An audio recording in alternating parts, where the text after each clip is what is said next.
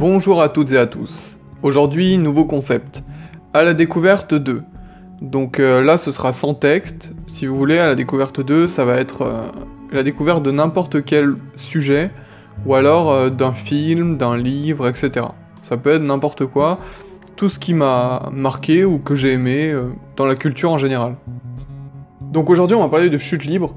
Tout d'abord, ce qu'on va faire, c'est qu'on va faire un tour du propriétaire au niveau du film, un petit peu sa fiche technique, et puis par la suite, on va parler du scénario, pour expliquer plus en détail quels sont les enjeux du film, qu'est-ce que ça raconte, et puis pourquoi c'est intéressant finalement. Alors, pour présenter un petit peu le film, ça a été donc réalisé par Joel Schumacher. Joel Schumacher qui est apprécié par une bonne partie du public pour avoir fait Phone Games et puis Chute libre, mais décrié par une autre, parce qu'il a réalisé les Batman Forever. Les fans de Batman ont pas du tout apprécié son travail sur les films, parce qu'il lui reprochait un côté trop coloré, enfin vraiment un côté too much hein, des films, un côté il y a trop de choses à l'écran, c'est pas dans de la thématique de Batman qui se veut plus sombre, plus arqué sur des choses vraiment de super-héros qui est solitaire, qui se veut seul dans sa lutte contre le mal. C'est vraiment un univers en général de souffrance hein, dans Batman, et ça n'a pas été du tout apprécié, pris du bon côté par les fans qui ont déploré le trop plein de couleurs et de fantaisie des opus qu'il a réalisés. Donc voilà, c'est quand même un très bon réalisateur. Il s'appuie sur un excellent casting, franchement, 2 acteurs principaux, puisqu'ils partagent quand même l'affiche, même si on en voit plus un des deux, mais vraiment, il s'appuie donc sur Michael Douglas, qu'on ne présente plus, parce que c'est quand même une figure mythique du cinéma hollywoodien, qui ici joue un personnage à double facette, parce qu'on ressent à la fois de l'empathie, mais bien sûr ce personnage a une part de folie. Il est fou devant le monde qui l'entoure. On en parlera plus en détail si vous voulez dans l'histoire, mais vraiment c'est intéressant de voir que Michael Douglas arrive à tout le temps garder ce double jeu permanent, et vraiment très très bon acteur. Et donc, il partage l'affiche avec Robert Duvall. Robert Duvall qui franchement, comme toujours, ne déçoit pas. C'est un acteur qui est... Déjà, sa tête est très connue, mais son nom un peu moins. Enfin, j'en ai l'impression en tout cas. C'est pourtant un acteur qui a joué dans Le Parrain 1 et 2, qui représente l'avocat, je crois, dans Le Parrain, et qui vraiment dégage une autorité naturelle. Dans ce film, il est policier. Et donc, il part à la retraite, hein, il part à la retraite dans le film, donc le soir même, et c'est son dernier jour. Et donc on ressent vraiment quelque chose de très particulier en lui, à la fois on ressent aussi de l'empathie pour lui, parce que on voit qu'il est marqué par tout ce qu'il a vécu, et qu'il garde tout de même qu'il est stoïque face aux événements. Il arrive à tout le temps garder du calme, et vraiment c'est remarquable dans ce film, le jeu d'acteur de Robert Duvall. Et donc pour terminer, le film, pour l'analyser un petit peu, et puis après on rentrera en détail dans son histoire, il a été donc nominé à la Palme d'Or de 93, mais n'a pas reçu de titre. Mais c'est intéressant de voir que tout de suite, même les critiques en termes les critiques cinématographiques, autant que les spectateurs, ont apprécié ce film. Je vais dire même à sa juste valeur, puisqu'il a quand même, il avait un budget assez conséquent, mais voilà, il a été apprécié pour ce qu'il était. Et c'était important pour un réalisateur comme Schumacher, finalement, à l'époque, de se faire remarquer avec des films comme celui-ci. Donc voilà, on va passer au scénario à présent. Au niveau, donc, de l'histoire et du scénario. Pour faire court et sans spoiler, pour résumer le début du film et puis tout ce qui va en suivre, tout commence dans un bouchon. Donc aux États-Unis, il y a il y a des travaux en fait sur la route, et du coup toutes les voitures sont bloquées. Et on y découvre donc notre héros. Il fait très très chaud, c'est une ambiance vraiment pesante. On est au cœur d'une grande ville des États-Unis, donc l'ambiance est très très pesante. Et autour de lui, il voit plein de petits détails qui ont tendance à beaucoup l'énerver, et ça l'oppresse. En fait, il y a un sentiment vraiment d'oppression au début du film, de trop plein de choses, trop plein d'événements autour de lui. Et il ouvre sa portière, et là il décide de quitter sa voiture. Et à partir de là, finalement, commence l'histoire. Tout se déroule en une journée dans le film, tout se déroule dans un laps de temps donc très court, où on y découvre un petit peu à la manière... Bon, c'est pas exactement pareil, mais je sais pas si vous avez vu Training Day, c'est un petit peu le même principe. C'est-à-dire qu'on s'arrête à des sortes de checkpoints, des sortes de personnages où on découvre pendant un laps de temps un personnage, une histoire, et ensuite, hop, on passe d'une situation à une autre, et ça avance comme ça.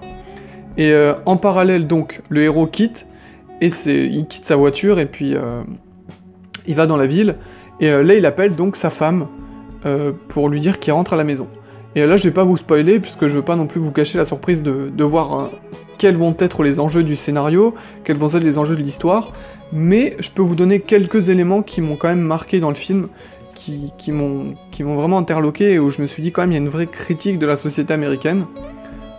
Alors tout d'abord, pour notre personnage principal, on ressent, comme je le disais quand je présentais les acteurs, on ressent vraiment une empathie au début pour notre héros, enfin notre anti-héros, hein, on va l'appeler comme ça, qui n'a pas de nom, il n'a pas de nom dans le film, pour ne pas peut-être le personnaliser, lui donner pour qu'on garde un avis le plus éloigné de lui finalement, qu'il n'ait pas d'identité propre. C'est intéressant à noter parce que ils auraient pu donner un nom, ça coûtait rien, et ils ont décidé de seulement le nommer par une plaque d'immatriculation. Donc sa plaque d'immatriculation c'est Defense, donc défense. Et voilà, c'est les seules infos finalement qu'on a sur lui. Alors donc au niveau du film, tout se déroule, alors ça s'appelle Chute libre, mais moi je dirais même que c'est plutôt une montée des événements, une montée des choses, où ça commence très progressivement et puis il s'énerve au fil du temps.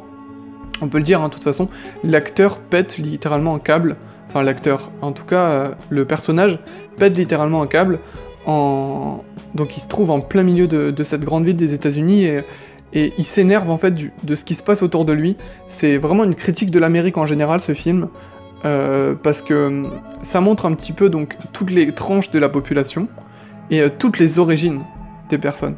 Donc on rencontre un Coréen, donc le milieu asiatique, on voit les latinos, on voit aussi les noirs, la culture black de la ville, et puis bien sûr on voit la tranche de population blanche et puis italo-américaine aussi. Et ça c'est intéressant à noter, parce que ça montre que finalement aux États-Unis il y a une multitude d'origines qui vivent ensemble, de cultures différentes, et donc lui, ce héros, n'aime pas ça. C'est pas qu'il ne les aime pas fondamentalement, mais il n'aime pas leur comportement à vouloir protéger une zone donnée. Parce que bon, aux États-Unis, il faut savoir que c'est quand même un pays qui est assez communautaire dans sa façon d'aborder les problèmes Enfin, c'est pas vraiment des problèmes d'ailleurs, hein, mais d'aborder les différentes origines entre les personnes. Et donc, ce communautarisme pousse forcément les gens à vivre dans des quartiers qui sont destinés à leurs origines à eux. Par exemple, les latinos vivent entre latinos, les blacks vivent entre blacks, les blancs vivent entre blancs. Et donc c'est intéressant à noter que dans ce film, il y a vraiment un traitement des différentes couches de la population qui sont chacune prises en compte. Donc voilà. Sinon, pour parler un petit peu aussi du rôle du flic dans le film, qui va poursuivre notre héros. Ce flic, bien sûr, on ressent rien de négatif envers lui, il est traité comme un personnage, et ça nous permet aussi de découvrir par la police comment gérer toute cette ambiance dans la ville, comment gérer toute cette violence, parce que c'est vraiment de la violence, hein. Le film est très violent sur ses propos, très violent dans ses actes. Le héros, en fait, à chaque endroit où il va passer, dès qu'il va rencontrer un personnage avec qui il va avoir un conflit, puisque pratiquement tout le temps, si vous voulez, il va avoir un conflit avec un personnage. Par exemple, pour ne pas trop vous spoiler, je vais vous dire par exemple sa première rencontre. Il rencontre un Coréen dans un magasin, et il n'est pas content des prix que pratique le Coréen, parce qu'il veut prendre une canette de coca parce qu'il a chaud finalement, et il a vraiment soif quoi dans ce magasin, et il veut prendre une canette, et il n'est pas d'accord sur le prix, parce qu'il trouve que 85 cents, c'est trop cher. Et là, il y a un conflit, et ça dégénère très vite. Il tue pas la personne, hein, bien sûr, hein. Pour l'instant, il s'énerve juste, et il récupère, en fait, à la fin de l'altercation avec ce Coréen, il récupère sa batte de baseball. Et en fait, tout au long du film, il va récupérer des armes de plus en plus grosses, suivant les gens qu'il va affronter. Et ça, c'est intéressant à noter, et donc vraiment, c'est un élément du film à pas négliger, parce que c'est comme ça qu'on suit progressivement la montée d'énervement de notre personnage, qui au départ n'a pas de mauvaises intentions, hein. Il n'est pas là pour détruire tout ce qui bouge, il est juste là pour se protéger. Et c'est intéressant à noter parce que vraiment, il arrive à le jouer parfaitement bien. Et c'est rare un réalisateur qui arrive à poser son propos du début à la fin sans jamais faiblir. C'est-à-dire que là, les propos sont clairs. On suit donc ce flic qui va traquer notre héros qui, bien sûr, est en train de littéralement craquer, qui est en train de changer totalement de physionomie autour de l'environnement qui est autour de lui, autour des gens, et voilà. Donc ça, c'est intéressant. Alors, à noter dans le film aussi, vraiment une critique acerbe de toutes les couches de la population. Personne n'est épargné, et personne n'est finalement traité d'une meilleure façon. Le monde, pour le réalisateur, on peut le dire, il n'est ni blanc, ni noir. Vraiment, il arrive à retranscrire à la fois les côtés sombres et à la fois les bons côtés de chaque tranche de population. Et c'est intéressant comme ça de regarder un petit peu comment vivent les différentes communautés dans cette ville. Et on y rencontre même vers la fin un nazi, un gars dans un magasin totalement fou et qui aime Hitler, qui l'idolâtre. Et c'est super marquant de voir que même lui, enfin surtout lui, mais c'est normal, hein, de toute façon, comme tous les personnages, on peut ressentir un tout petit peu au départ d'empathie, parce qu'il va protéger notre héros. Je vous raconte pas comment, mais il va l'aider. Et à la fin, bien sûr, mais on ressent une haine viscérale envers lui, on se dit mais il est fou. Il est fou, parce qu'au début on sait pas ses penchants, on sait pas qu'il est comme ça, et voilà, on se dit mais il est totalement fou, quoi. Il est à l'apogée de la bêtise humaine, quoi, finalement. Et donc voilà, pour parler un petit peu du déroulé du film, et j'aimerais pour terminer, au-delà même de discuter de tout le propos du film, donc comme on l'a dit, pour faire une synthèse avant de parler de la fin, parce que je voulais revenir un petit peu sur la fin, pour faire une synthèse, donc c'est un film très bien construit, avec des acteurs de qualité, qui a une histoire qui se tient, du début à la fin, qui est linéaire dans la montée progressive de l'énervement, ou de la chute libre, hein, suivant les interprétations, c'est comment on peut voir, comment on perçoit les choses, et vraiment cette volonté de dénoncer vraiment des choses intéressantes. Par exemple, quand il rentre dans un fast-food, voilà, il dénonce toute cette société de consommation.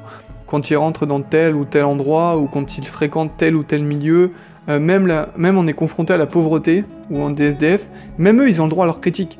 Donc c'est intéressant de voir que personne n'est épargné, finalement. Alors je voulais parler très rapidement de la fin, je ne spoile personne, je ne spoile rien, et il y a un retournement intéressant dans le film.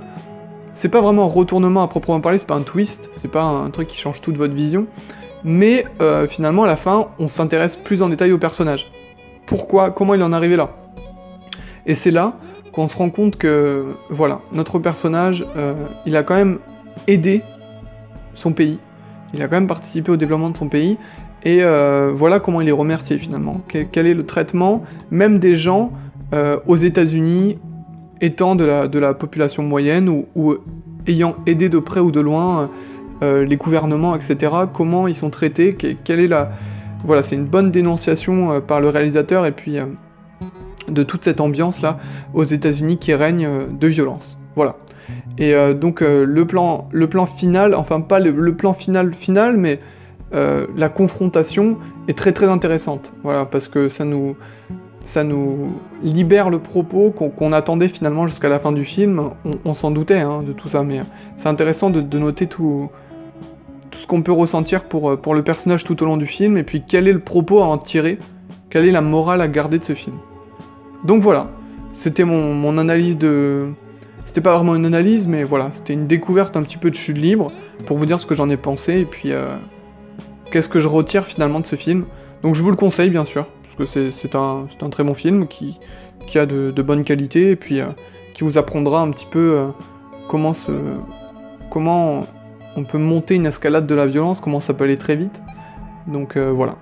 C'est à présent terminé, je vous remercie d'avoir regardé cette vidéo. Si vous avez apprécié, n'hésitez pas à laisser un pouce bleu, vous abonner et partager. Et moi je vous dis à la prochaine.